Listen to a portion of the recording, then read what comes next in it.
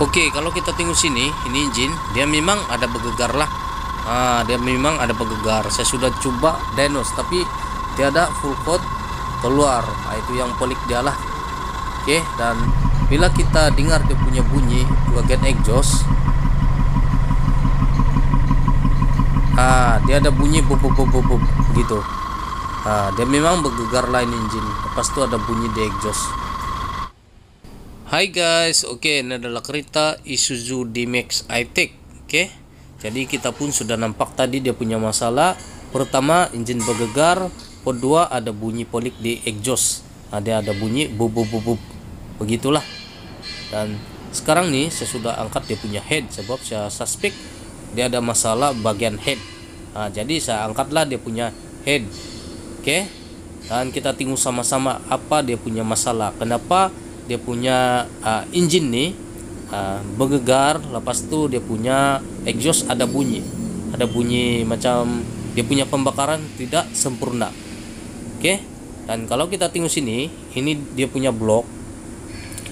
Kalau kita tengok sini, dia punya kepala piston nih, nomor 2. Nampak dia punya kepala piston nih basah sama nomor 1. Oke, basah dia punya kepala piston nomor 1, nomor 2. Dan kalau kita tengok nomor 3, kering dia punya kepala. Kepala piston nomor 3. Sama nomor 4 pun kering juga. Jadi ada kemungkinan dia punya masalah ini berpunca dari piston nomor 2 sama nomor 1.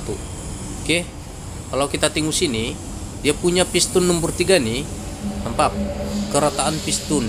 Dia punya kerataan piston nomor 3 dengan ini blok kan, dia memang retak.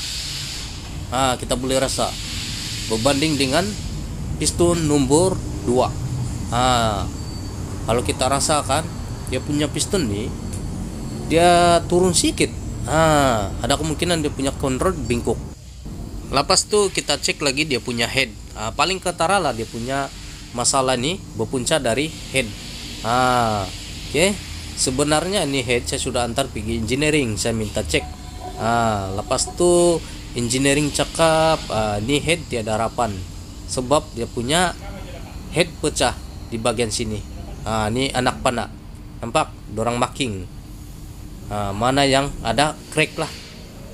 Ini valve pun jam bila kita suruh masuk, dia ada jam satu saja, valve jam. Sebab dia crack di bagian dalam, yaitu dia punya valve guide, dia pecah dalam lah. Oke, ini dia punya valve satu saja, dia punya valve jam. Oke, inilah dia punya puncak.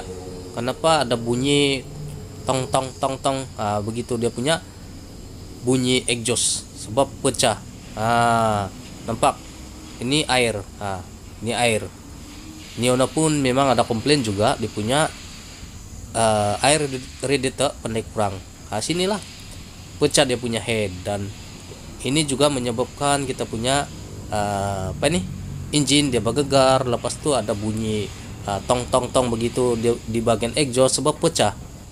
Lepas tu kan, kalau kita tengok sini di bagian valve exhaust, oke, dia punya valve seat berlubang, nampak dia punya valve seat. Jadi bila benda ini berlubang, dia punya kompres engine pun tidak stabil, sebab dia berlubang tembus angin. Jadi ini pun menyebabkan kita punya engine bergegar. Bukan dia punya head pecah saja, tapi ini pun boleh menyebabkan kita punya engine bergegar, sebab dia punya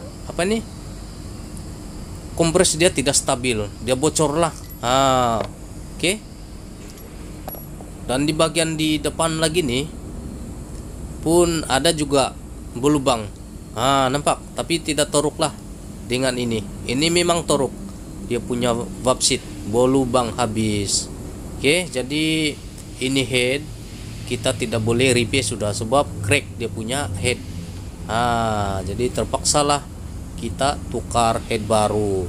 Jadi saya rasa mungkin sampai sini saja video sekali ini, semoga dapat memberi manfaat kepada semua orang lah. Oke, dan sekian, terima kasih.